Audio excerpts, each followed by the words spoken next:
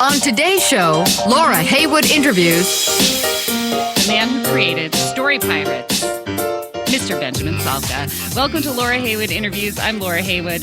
Today, I am giddy to have brought in someone who, while perhaps not a household name, has done more to stimulate my personal enthusiasm and love of life than just about anyone I've ever known. Benjamin Salka, who goes by Jamie to his friends, of which I'm honored to count myself, is the president and CEO of Story Pirates, an organization I non-hyperbolically call the best thing in my life. In Jamie's words, Story Pirates pairs the best actors, comedians, and musicians in the world with some of the most creative educators and puts them together to create real collaborations with kids. Original stories written entirely from kids' imaginations become huge-scale production numbers, sketch comedy shows, over-the-top musicals, masterfully produced albums, the kind of wild imaginative art that only a kid can think of and only the best of the best grownups can execute. From distinguished programs in low-income schools to festival performances in front of thousands to an award-winning, joyful, music-filled weekly podcast, the Story Pirates make the world a better place for everyone who crosses their path, and I am a shining example of that. You may hear me alternately refer to Story Pirates as they and as we, and that's because, like so many passions in my life, I loved so hard and so often from the outside that I found myself a part of it all. After discovering and latching on to this mind-blowingly brilliant organization in the mid-2000s, I began volunteering and then fundraising and advocating vigorously for the growth of this extraordinary company. For the past several years, I've proudly sat on the board of directors, and yet I still think my most important and proudest role is that of Story Pirates' #1 fan. Today, you'll meet my dear friend, a brilliant mind who has changed the world for thousands of the next generation's brilliant minds, Benjamin Jamie Salka. Welcome to Laura Heywood Interviews. Hey, Laura. Hi, Jamie. Hi. We don't get to see each other very often, and seeing you is always a highlight of my year whenever I get to. Recording a podcast is the literal best excuse to see you. I know. Well, it's great. You know, it's funny. This show is done live. Most people listen to it as part of a free podcast, but for those people who pay a few dollars to dnrstudios.com/Laura, get to, I'm just going to plug it while we can, is that like, live radio is really its own special magical thing. It is. And it's a perfect excuse to finally get that coffee on the books that we always talk about. Because I'm like, we got to do it right at noon on a Monday or a Wednesday, or else it's not going to happen. And so a lot of times people that I'm like, yeah, we should get together. And we keep pushing it. The live radio excuse gets it on the books finally. Here we are. So we're going to let people listen in as we just catch up, because it's been a while. There's lots for Story Pirates to promote, but as always, I don't like doing a whole lot of like infomercially promotion on the show, because the best way for people to get excited about stuff is just hear from other people who are excited about it. It'll come up organically. Exactly. Yeah. Okay, so for people who don't know, what is a Story Pirate? You are a story pirate. I am a story pirate. Every kid in the world is a story pirate. Story Pirates is a company that is predicated on the idea that every single kid in the world is a creative genius. And it's like amazing. The job of the Story Pirates is to bring their words and ideas to life in every way that we can on as big a stage as possible. So we have a live theater tour that travels the country. We have a series of books released by Random House where kids send us their ideas and we give them to New York Times bestselling authors who adapt them into novels. We have a series of albums with amazing guest stars like Broadway people like Lin-Manuel Miranda. And we have the #1 podcast for kids. It's incredible. It's like, you know, it's funny because when I discovered Story Pirates, I didn't realize all of the like real world change that the organization was doing. Story Pirates, in addition to having this multimedia company, is also a nonprofit called Story Pirates Changemakers, and that's where I sit on the board of directors. And I discovered it first as just the funniest, most entertaining show that I had ever seen. And then when I found out that there was also this side of it that was going into these low income schools and getting kids truly excited about learning, my whole world was blown open. I didn't know that something so educational could be so entertaining, and I think that that's exactly the message that the organization gives to kids: is that you know, learning can be fun, and if you get them young enough and ingrain in them the idea that their ideas are not, or that learning is not the antithesis of having fun, then you get them excited about learning for the rest of their lives. That's right. Yeah, you create lifelong learners by showing kids a blurred line between learning and joy. Yeah. Ugh. Wouldn't the whole world be better if everybody thought that way? I absolutely think so, and I've been working on that for about a decade and a half. I know, and your personal story about how you got there is really fascinating. I love that you just walked away from this whole Hollywood potential big time movie making career, and instead you were like, it didn't even take you to tell everybody. You don't have to go into too much detail, but you were poised to take on the movie making world. I graduated from college and I wanted to be a theater director. So I worked for directors on and off Broadway for a few years, and that ultimately led to working for Hollywood producers. I worked for Scott Rudin for about 9 or 10 months, and that led to working for John Glickman, who until recently was the president of MGM. And I really enjoyed it, and I thought I was poised to have a life in the making big movies. Mm-hmm. And there was something missing, and I got a call from my good friends Eli Bolin and Lee Overtree, who were thinking of starting up this thing called the Story Pirates, and they described to me what it was, and they asked for some advice, and I basically said, I really don't want to give you advice. I want to quit my job and I want to run this thing. And I promise if you let me do that, one of two things will happen. Either we will take over the world with this idea that kids' imaginations are incredible, or we're going to die trying. There's no in between, and we've been going ever since. The fact that the three of you are still so close and so ingrained in this project is pretty remarkable, because we're looking back 15 years, 16 years now, right? Wasn't it 2004? Yeah, it's 15 years now. It's bananas. And you started off with a $250 operating budget a week and no income.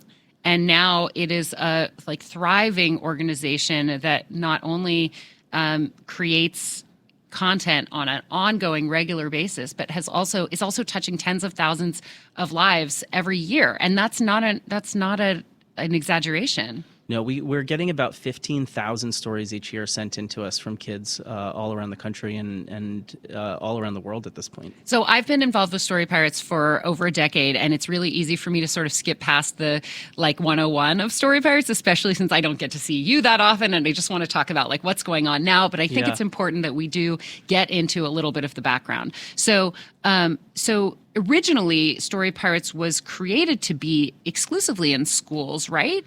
I think that there was, from the get-go, there was a sort of big ambition that met with sort of the reality of very few resources, right? We started up as an organization with, there was no investment. We didn't have a donor base. We just started by working, one school and small theater at a time.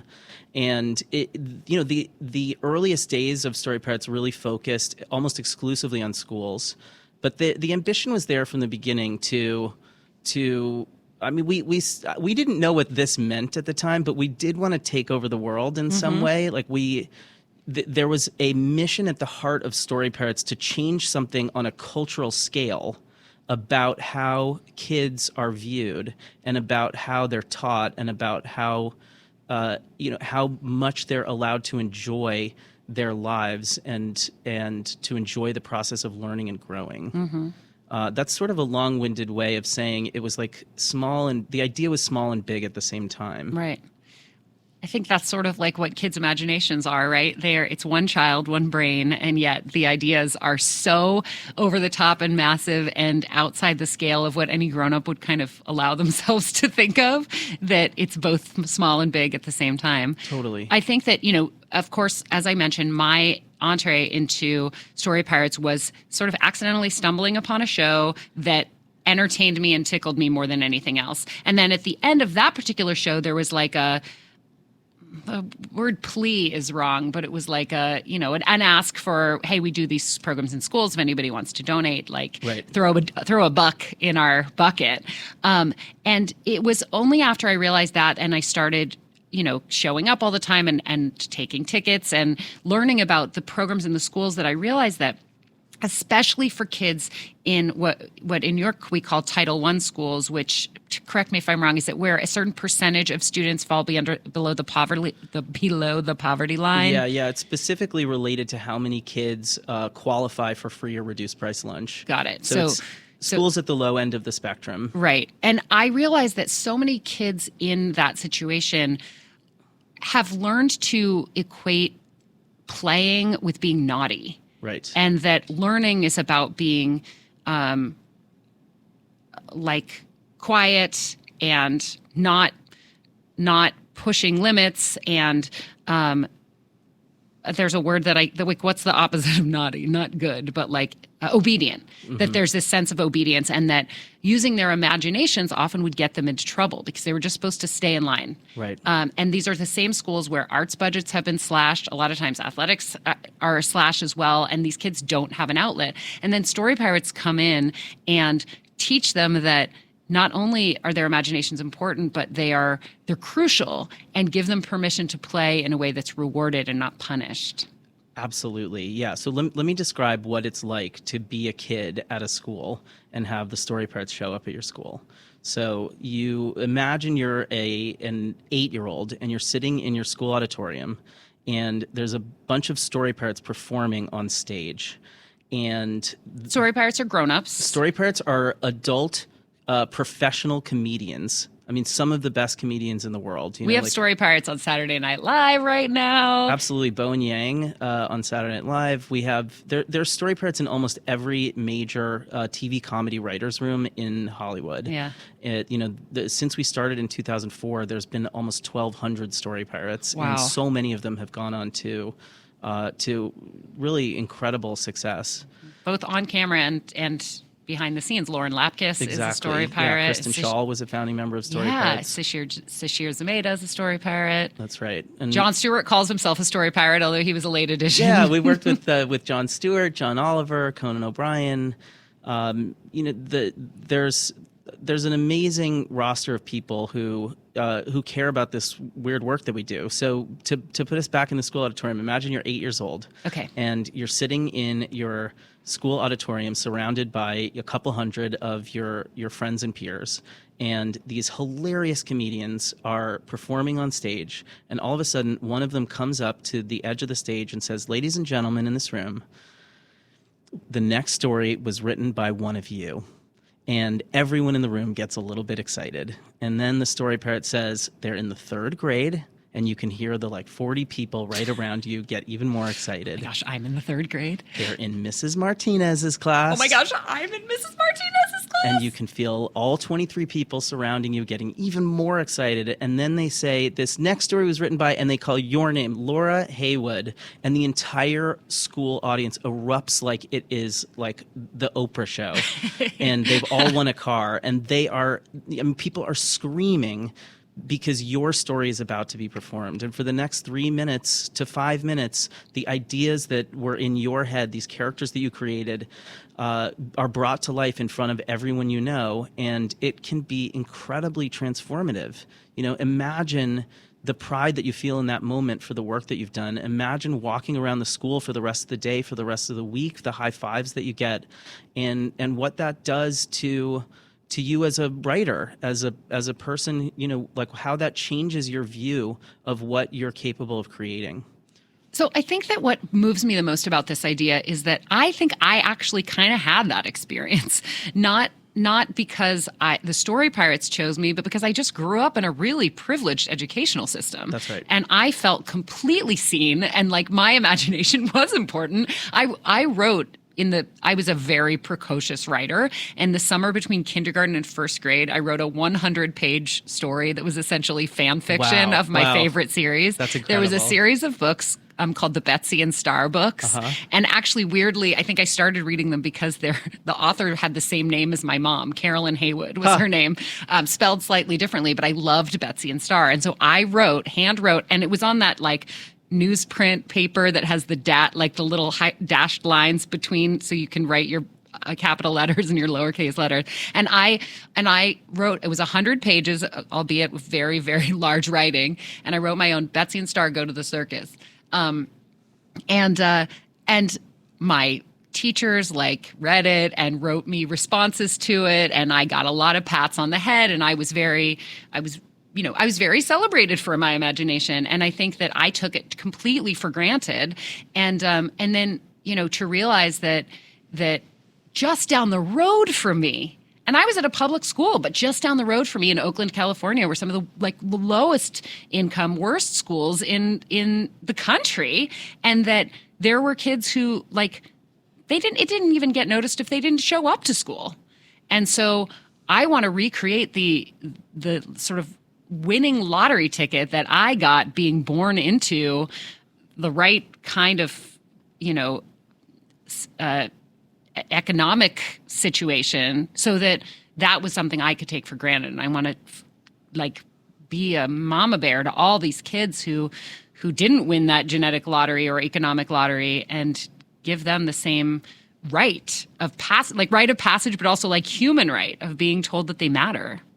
I couldn't agree more, and that's what we wake up every morning thinking about at Story Pirates and go to bed late obsessing over is how to reach kids that our culture writes off and doesn't want to hear from, right? Yeah. We want to hear the voices of everyone in our culture, and reaching kids when they're young. I mean, reaching people when they're kids. Yeah. is I just want to get bigger and bigger and bigger and be able to reach more and more and more kids with those types of experiences. I really think that they're life-changing. Well, Story Pirates is really, really growing fast, and I feel like it was kind of an exponential curve. But with the invent of social media, and especially with podcasting. Well, hold on. Let's take a step back, because you were unduly influential in the rise of Story Pirates. And it started. I couldn't help it. It was really incredible, and it started with live radio, and it's really in enormous part thanks to you. You worked at SiriusXM for a bunch of years. 10 years. You describe yourself properly as this weird cross between a super fan outside of the company and ultimately became someone who became an insider in the company. I think you sort of sat through our internal producer training so that you could learn the language that we use when we're promoting ourselves. And yeah, I think that it was well, I remember very clearly. You were like, Laura, let's have coffee. We need to talk, and we need to talk is not something you ever want to hear, especially from somebody that you idolize. And I was like, oh God, I'm in trouble. And you were like, we need to decide: are you a story pirate or are you Story Pirate's biggest fan? And at the time, I think I was like, I want to be a story pirate. But I think that what we didn't think about was secret option C, right. which was that I could be both. Definitely be both. And now I think that the best word that we've come up with is ambassador. Although sitting on the board of directors is very easily definable. Right. But I had to sit through that story. Not sit through. I attended the producing training, even though I never actually produced programming in a traditional way, because it was the only way to sort of cement me as a member of the organization. Right. But what you did was really extraordinary. You went to your bosses at SiriusXM and to the people who produced the kids channel over there, and said, you really have to check out this thing, Story Pirates. I think they would make an incredible guest on the show. Mm-hmm. And I think that conversation took a year to get off the ground, but we finally did a guest spot on... I think it happened because we managed to get Kristen Schaal to come back and promote a benefit that we were doing. Totally. I mean, I remember even before that, I was like, hey, I work in celebrity talent booking and hosting at SiriusXM, and I have some connections that maybe we can use for auction items for a benefit. Right. And I don't know whether it was you or one of your colleagues said oh, you can come and sit in on one of our benefit committee meetings. And I was like, no, I'm going to want to be on that committee. Yeah.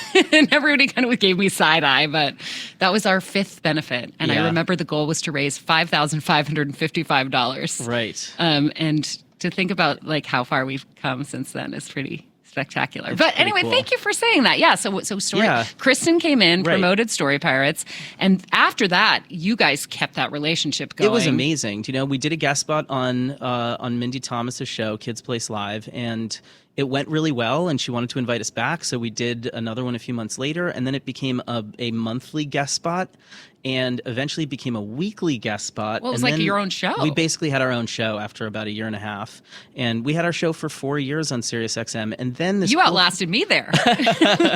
And I always said that was the best legacy I ever left. It was really world changing for us, because what it led to is us getting Sirius's permission to put those tracks out as a free podcast on iTunes. And over the course of about 6 months, we saw the listenership on iTunes go from 0 to around 20,000 listeners, which is the sort of magic number in audio when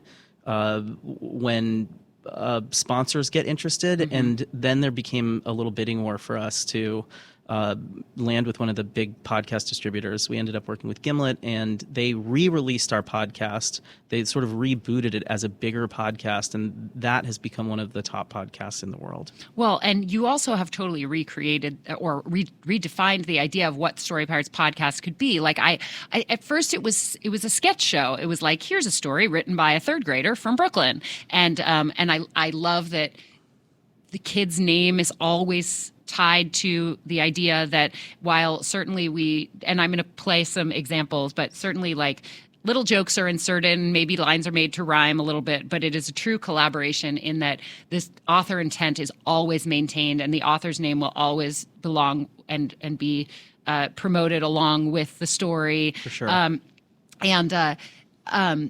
But now Story Pirates podcast is a narrative journey of actual pirates who are out. First, they were pirates out on a ship on the sea, and then they were pirates out on a ship like a spaceship.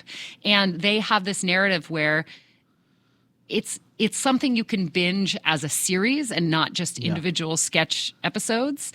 And I remember listening to the first episodes of Story Pirates Podcast 2.0 and being like, this just changed the game. And just this past few weeks, Story Pirates won one of the biggest awards in podcasting. Best Family and Kids Podcast we won at the iHeartRadio Awards. Yeah, it was cool.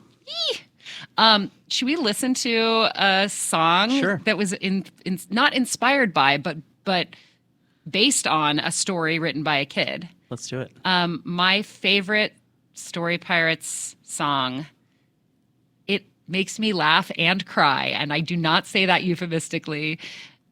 I listen to this song when I need a boost, and like when I want to be reminded that I can do anything. This is called Nothing is Impossible, and it was written by an actual real-life kid.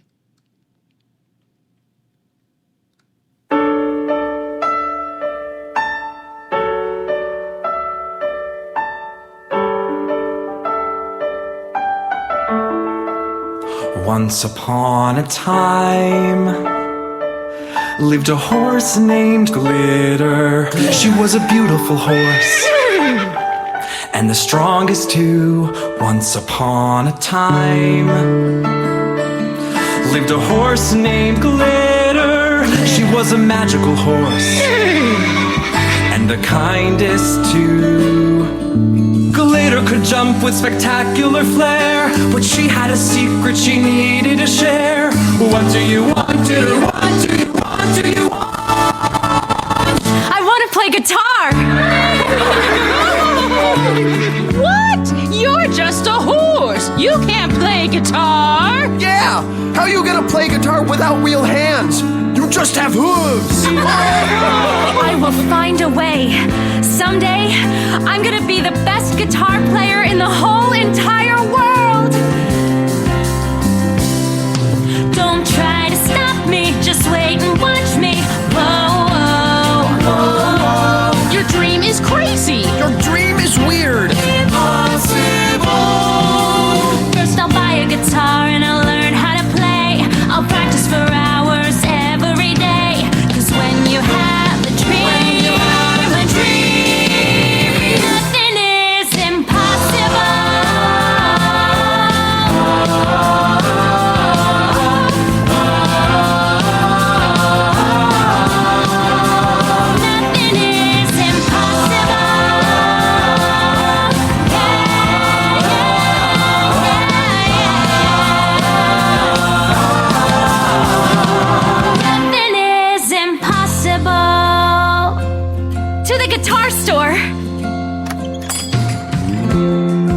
to Guitars R Us. How can I help you? I'd like to buy that big blue glittery guitar, please, and some guitar lessons. But you're just a horse. Horses can't play guitar. Besides, you only have hooves. Good day. Wait, please, I like your hair. Teach me to play, sir. Don't say nay, sir. Whoa, whoa. No, none of my courses permit any horses. Impossible. Glitter wasn't deterred and she hopped on a jet to a new store called Nicest Help You Can Get. Run by a magic rhino. Run by a magic rhino. That's me, Magic Rhino. Here to help. Wow. I'll go with it. Since nothing is impossible.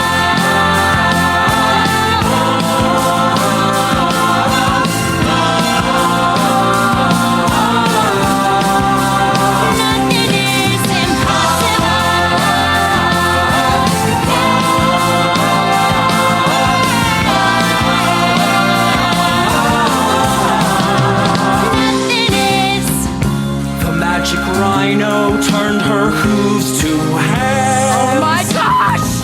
The magic rhino. That's me! He taught her how to play. Like this?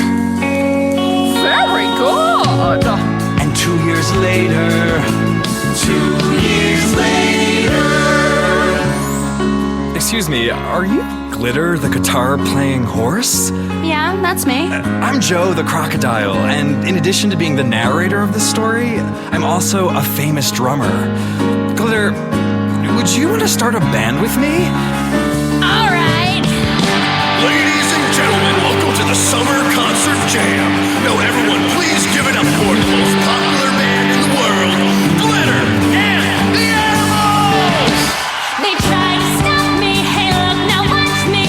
Whoa, whoa, whoa. When you pursue what you want to do, it's possible. Everyone thought that a horse couldn't play. Now I'm rocking the stadium every day. 'Cause when you have a dream, nothing is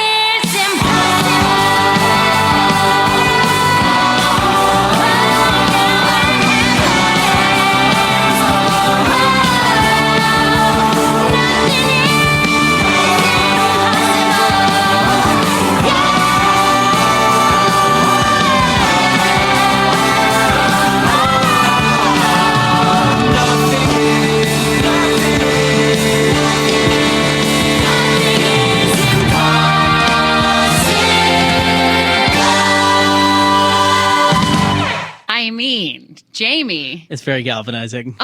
like, I feel like it's such a bop. Yeah, And it's totally. such a like kid thing to think of a horse that wants to play guitar and all Yeah. of the people and animals that say it's not possible, and then she does it and she takes on the world. It's truly triumphant. And the fact that this is written by a second grader. Yeah. Her name is Lily. She's from Brooklyn. And her album, I mean, her song is, her story is a song on an album that you could buy at a record store if record stores still existed. And I think the album is also called Nothing is Impossible, yeah, right? that's the title of the album as well. And then the second album that came out was called Backstroke Raptor. And Backstroke right. Raptor we'll hear a little later in the show, and is a B-52s inspired tune about a swimming dinosaur. Pretty obviously. much all of our songs are done in different genres, and we're playing with all sorts of instrumentality, and they're super fun. And if you didn't listen that closely to the words, you wouldn't necessarily know they were for kids. Totally. There are certain ones, like another one of my favorites. I'm not going to have time to play them all, but definitely look up Story Pirates on Spotify or Apple Music or Amazon or wherever you're listening to music. Is called All 8 Unicorns, and it's like a My Little Ponies episode. It's a fan favorite. So yeah, there's so many. That's fairly new, right? Nothing is Impossible was written just a few years ago, submitted to Story Pirates, and so Lily's probably in 5th or 6th grade now. I would love a Where Are They Now episode, by the way, talking to the authors. Yeah. But I know that since Story Pirates has been around since 2004, Is that right? We started in 2004. In one school. Yeah. And then the first songs that were ever released, which are like now rarities, like on some burned CD somewhere. But there are people who are in college now who heard their stories performed in their elementary schools. We have kids who have had a Story Pirates experience when they were little, went on to go through high school, college, and have reached out to contact us to let us know what the experience of Story Pirates meant to them when they were younger. That's amazing. Like, do you have any examples? Like, what kinds of things are you hearing from these people? We got a note from somebody maybe 4 or 5 years ago. It was one of the first kids whose stories we ever performed, and he wrote into us to say, "I just wanted to let you know that I wrote my college entrance essay about the effect that Story Pirates had on me. It was the moment when I knew I wanted to be a writer." Wow. And I got a letter. I got a letter just a month ago or so, at the end of December, from someone who I believe is a Columbia University student now, who wrote into us to say, here, I have this letter here. It says, "Hello, my name is Isabel. About 10 years ago, the Story Pirates came to my school. I was a pretty shy kid who felt out of place with not many friends. However, when my story got picked, I felt so much joy, I thought I was the happiest kid in the world. I even remember having a blast when we saw my play in New York. My parents enjoyed it so much. I'm just writing this letter to give thanks after all these years. Sincerely, Isabel." Oh my gosh. Like, it really changes people's lives forever. I had a Story Pirates-like experience as well when I was a little kid. You did? I was a 6th grader, and I was a super, super shy kid. I was, there was a lot going on inside me. I'd had some trauma when I was a young kid, and I was working through a lot of that stuff sort of quietly on my own. And I had an incredible teacher that could see, it felt like the kind of teacher that can see through you into your heart and your soul. Aww. And he came up to me, and this, I think, was a huge leap of faith for a teacher to do with a super quiet internal kid. And he said, "Jamie, I want you to consider writing a school play." Whoa. And it was such an incredible experience. I wrote this musical adaptation of Oedipus Rex. What? Which I starred in. And you were Oedipus? I was Oedipus. Who did you cast as your mom? It was my best friend in elementary school, who's still one of my good friends to this day, Alexis Polidorus. Oh my God. And I just had that moment where I worked hard to create this thing. I got the experience of being on stage in front of all of my classmates and my family and all the other parents. And then there was just this, it couldn't have been longer than maybe 30 seconds of applause at the end. But the thunderous applause at the end of this, I can look back and point to it and say that is the moment where I came out of my shell as a child and I never went back in. It was a really, really transformative experience, and it's not exactly analogous to what Story Pirates does, but it's so similar. And we're giving that experience to thousands and thousands of kids each year. So any kid who wants to can send Story Pirates a story. And so many do. Yeah, like 15,000 each year now. And how do you manage to respond to all of them? We do. We literally respond with a personalized handwritten thank you note for every single story that we get. It is a colossal job, but we want every single kid to know that we not only got their story, but we loved it, and we want to encourage them to keep writing. And so we have this army of corporate volunteers. We work with NBC Universal is a big partner of ours. We work with AT&T. We work with Warby Parker, and we walk into these corporate to corporate boardrooms with a huge stack of stories, and a bunch of pizzas show up, and we have this army of volunteers that helps us write positive handwritten feedback on every single story we get from kids. And it's not just corporations. Like, I did this as my birthday party one year. Totally. I was like, you know what? I'm getting pizza and beer for all of my friends, and we're Yeah. going to come and have a story pirate come in and explain this to us, and we're all just going to eat pizza, drink beer, and write love notes to kids about Exactly. their imaginations. Yeah, yeah. Like, I mean, nothing has ever made me feel so fulfilled and so excited about the future at the same time. You personally go so above and beyond for Story Pirate. I can't help it. This podcast hour is like the world's best infomercial for the work that we do, and I'm just so grateful for all of the love and care and passion and that you've shown Story Pirates over the years, and the ways that you've been a megaphone for us, sort of amplifying the work that we're trying to do. Well, it's truly been my pleasure. I didn't really do it on purpose. I mean, I think that I remember saying that first day, that first evening that I stumbled upon your show, and it really was an accident. It was part of a benefit that I had another friend performing in. Like, I didn't even know Story Pirates were on the bill, much less what Story Pirates were or the fact that it would change my life. But I remember saying, how can I get involved? And the response I got at the time was like, yeah, we get that a lot. Just keep coming to the shows.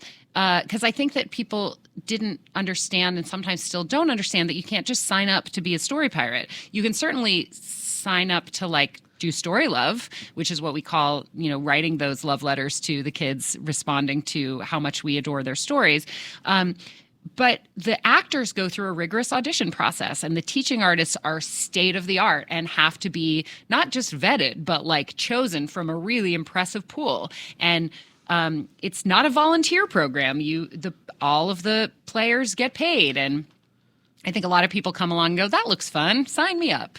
Yeah, it's we get about 200 to 300 submissions for performers who want to be story pirates in both New York and Los Angeles each year, where we have branches. Right, we started in New York in 2004. We opened a Los Angeles chapter of Story Pirates in 2009, and we cast about 25 people in each state. But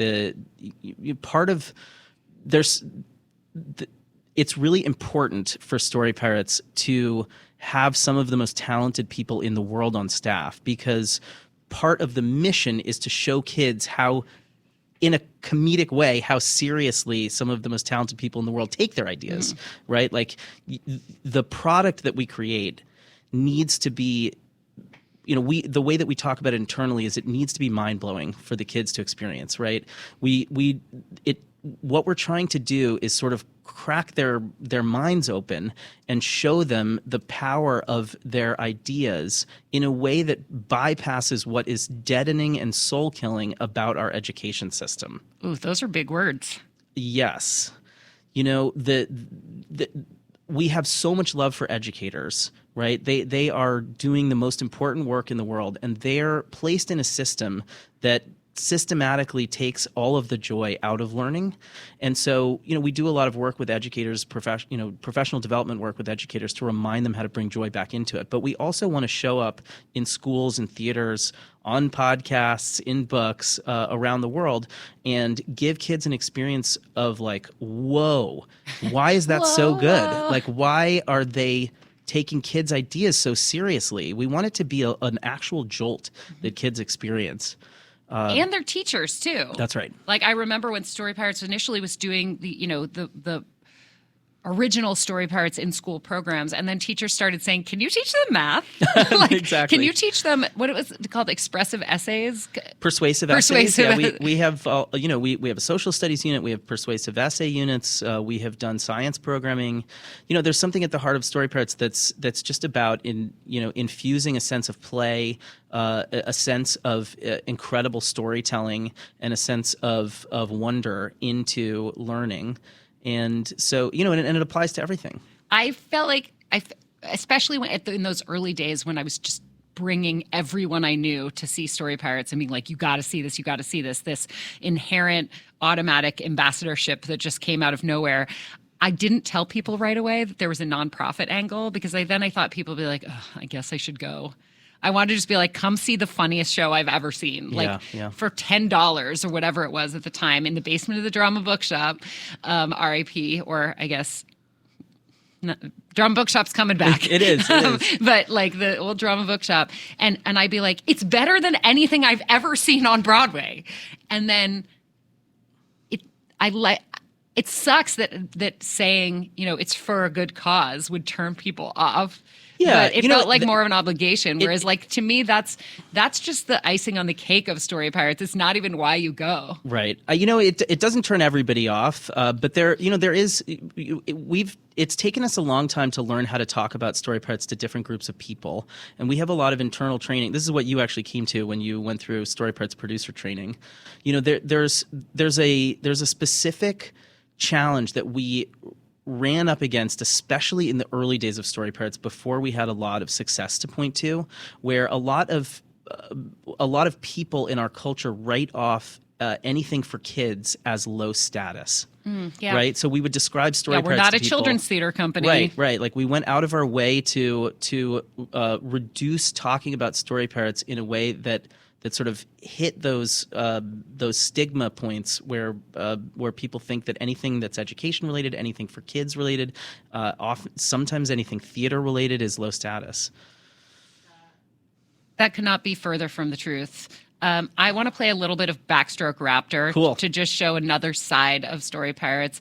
And I'm not going to play the whole thing because we actually don't have that much time left. Okay. But this is one of my favorites. And if you know the B-52s, you'll recognize the influence, but you will also be able to hear, I'm sure, that this is a completely original story.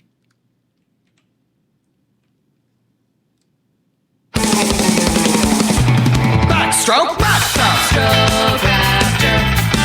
Backstroke Velociraptor. Backstroke Raptor! Backstroke Raptor.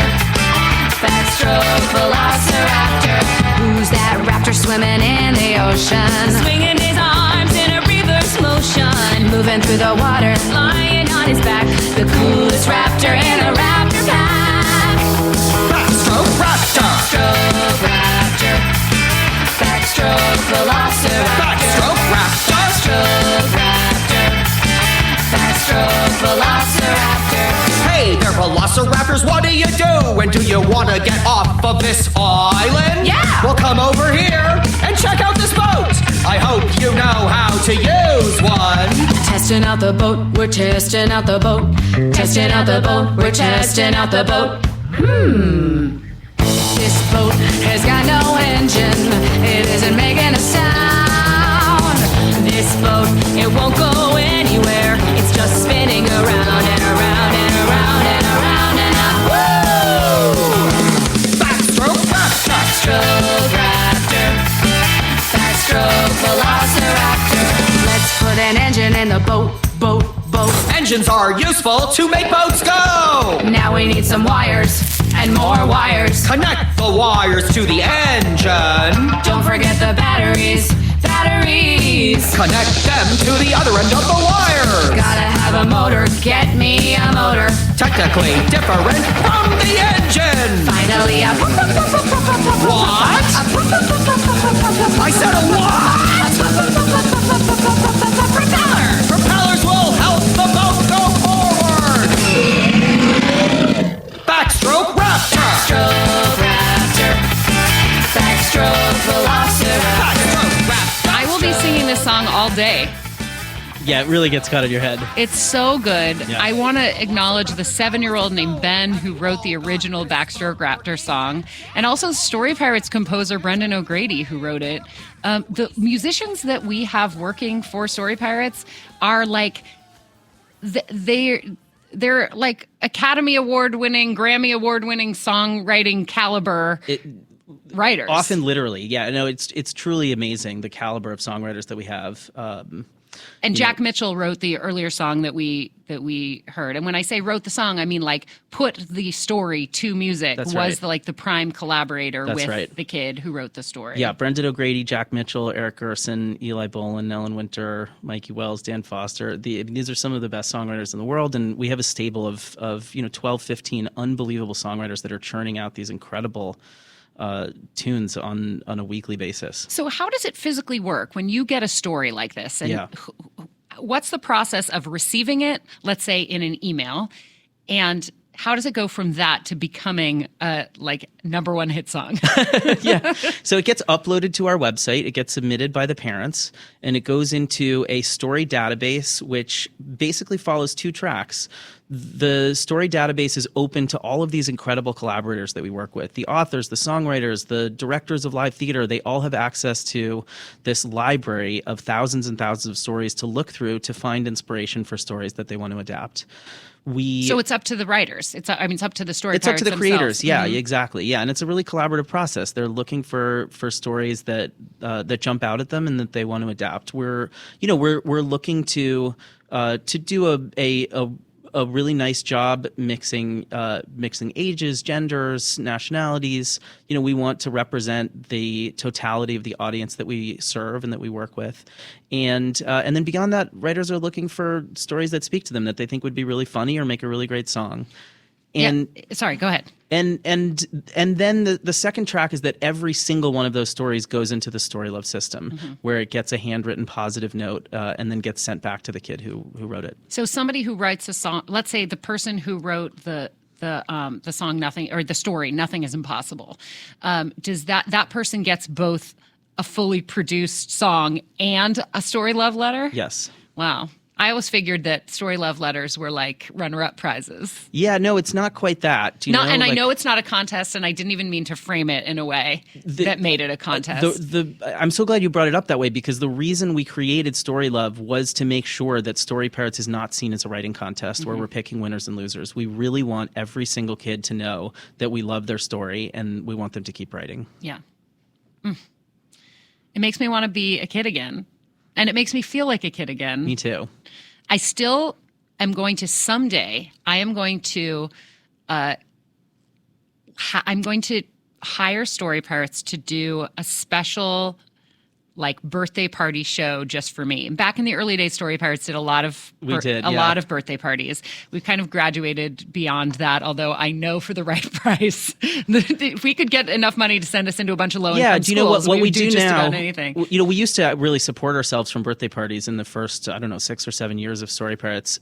These days, we don't do very many of them, but for a large donation to Story Pirates Changemakers, our nonprofit arm, we will still do a super, super cool birthday. So here's what I'm going to do someday. First of all, I've said for a long time, I wish I had $1 million so I could donate it all to Story Pirates.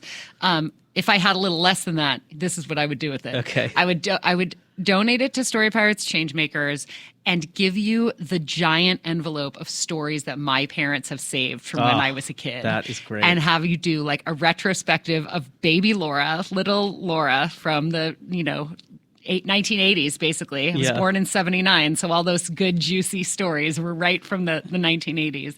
And, I can think of some off the top of my head. Like there was one where I had an amusement park in my backyard that had a roller coaster that spelled out Laura in cursive. And that was a major dream of mine when I was a kid, to be able to go on a, cursive writing looked like a roller coaster to me. And who wouldn't want their name on a roller coaster in their backyard? I still want that now. And me too. And don't you feel like that could make an amazing song? It's really incredible that The your cursive mom name kept roller- all of those stories. My mom and my dad, yeah. Yeah. We had each kid, my dad was a lawyer, so he had these big file boxes around, and each kid had the box. Right. So in the garage, there was Laura's box, Karen's box, and John's box, and we only saved enough to keep in that one box. And the parents got some say, and the kids got some say, but it was a way of not saving every little thing, but saving enough. Right. And the idea was that when we were grown-ups, we might want to go back and look at those things. It is all of a sudden seeming like no accident that you're such a big Story Pirates fan and supporter, given that one of the few things that you decided was worthy of keeping in your childhood time capsule was every story you ever wrote. I still have that 100-page Betsy and Star fan fiction. Amazing. I should probably see if Carolyn Heywood is out there, the original author of the Betsy and Star That's so series. cool. Who knows? Maybe she'll hire me to start writing the next generation. I love it. Here's the thing. Yes, I decided to keep that stuff, but my parents made my ideas feel so important from the beginning. Yeah. That this was worth saving. It wasn't like, go do your chores. I mean, there was plenty of that too, but playing and learning were my jobs when I was a kid, and they were they were elevated to the status of being worth saving for 40 years. That's right. And so that's not a coincidence that Story Pirates became so important to me, because I was treated with the same respect that Story Pirates treat all kids. And more than that, even beyond that, there's a straight line to be drawn between that childhood that your parents gave you and sitting on the radio today, giving the world your ideas in the form of these interviews with amazing people from the world of theater and Broadway and the entertainment industry and beyond. The way that you have a confidence to project to the world, like, the things that I care about and that I'm enthusiastic about are worth people paying attention to. I grew up knowing that I matter. And how few people can actually say that?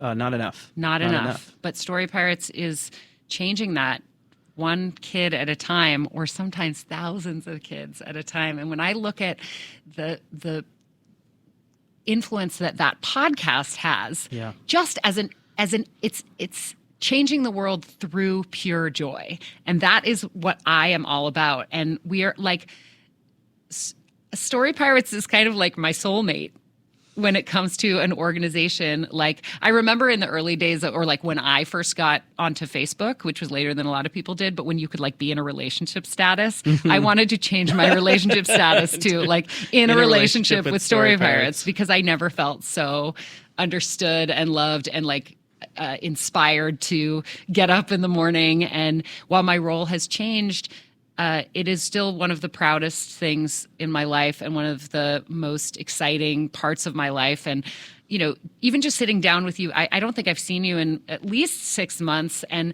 every time I see you and every time I get talking about Story Pirates, I'm like, why am I not doing this every single day? Why am I not like going to every school program that I can attend? Why am I not like, why am I not seeking out schools we can bring the programs to? Or I don't know, like, no matter how much Story Pirates I do, I feel like there's always room for more Story Pirates in my life, which actually brings me to the fact that we have some really exciting stuff that people can opt into right now, including our biggest show of the year. We have our biggest show of the year, the benefit show for Story Pirates Changemakers. It's coming up on March 15th in New York. It's going to be at 3 p.m. at the Skirball at NYU. Which is the biggest space we've ever done it in. By far. And it is going to be one of the biggest shows. We have stars of NBC sitcoms who are going to be appearing. It's a little tease on our special guests. And storypirates.org/benefit is where you can find all of the information and buy tickets. That's right. And there's a ton of more info on storypirates.com where you can find all of our shows around the country. You can find info on our latest book that is coming out, Quest for the Crystal Crown, this amazing fantasy adventure that's coming inspired by a kid by the name of Angie. And it's coming out in February, right? February like 11th. Just like February 11th. 2 days. That's right. And if you find yourself becoming a super fan of Story Pirates, we have our new fan club, the Story Pirates Creator Club, which is a way to go deeper and interact even more with the Story Pirates that you love. And who knows, maybe you'll start there and end up being on the board of directors in a couple of years. Like Laura Heywood. So going back to the albums, because I feel like the best way to close out the show is with another song. A song like Nothing is Impossible is very inspirational and very like, I feel like adults are going to love this message for kids because it's like, stick to your dreams, work hard, and you'll get where you want to go. But I think that it's also important that to recognize that Story Pirates is not above allowing kids their own brand of sense of humor. And one of my favorite songs, one of my favorite stories ever submitted to Story Pirates is called Fart Out Loud Day. And it is by two sisters who are 9 and 11 who designed their own holiday. And they found out that like Benjamin Franklin historically wrote an essay about the health benefits of passing gas. And they decided that they wanted to write a story about a world in which everyone celebrates farts for one day. That's right. And instead of saying, oh, well, that's impolite, we're going to skip over that one, we're going to just write them a nice note and then move along, Story Pirates devoted all their resources to making Fart Out Loud Day a major celebration that we actually put on the calendar. How do you feel about closing out the show by listening to and celebrating farts. That sounds great. We call it a body positivity anthem, and I can't think of a better note to end on. Benjamin Jamie Salka, you're one of my favorite humans in the whole wide world. And if there were not enough reasons for me to love and appreciate Story Pirates, you are right up there with why the organization is so important to me. Everybody visit storypirates.com. I'll see you at the benefit at the Skirball Center on March 15th. And here is the holiday that we all must celebrate. Fart Out Loud Day.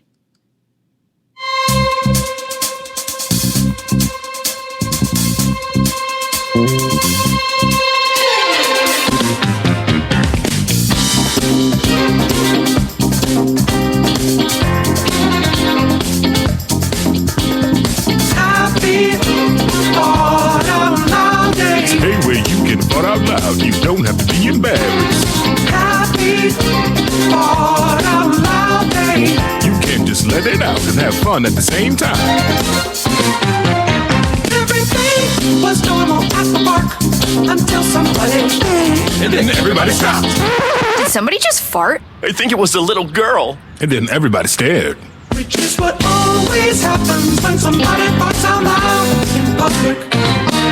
But instead of saying excuse me, the little girl who farted just gave a big smile and shouted out loud, Happy Fart Out Loud Day. Day where you can fart out loud. You don't have to be embarrassed. Happy Fart Out Loud Day. You can just let it out and have fun at the same time. That same day at the medical center, my doctor farted. And the results of your test are... blood pressure's normal.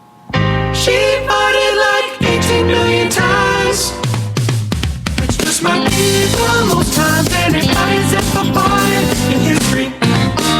And after she was done, she farted more and more, and she didn't have to worry, cause today just happened to be happy.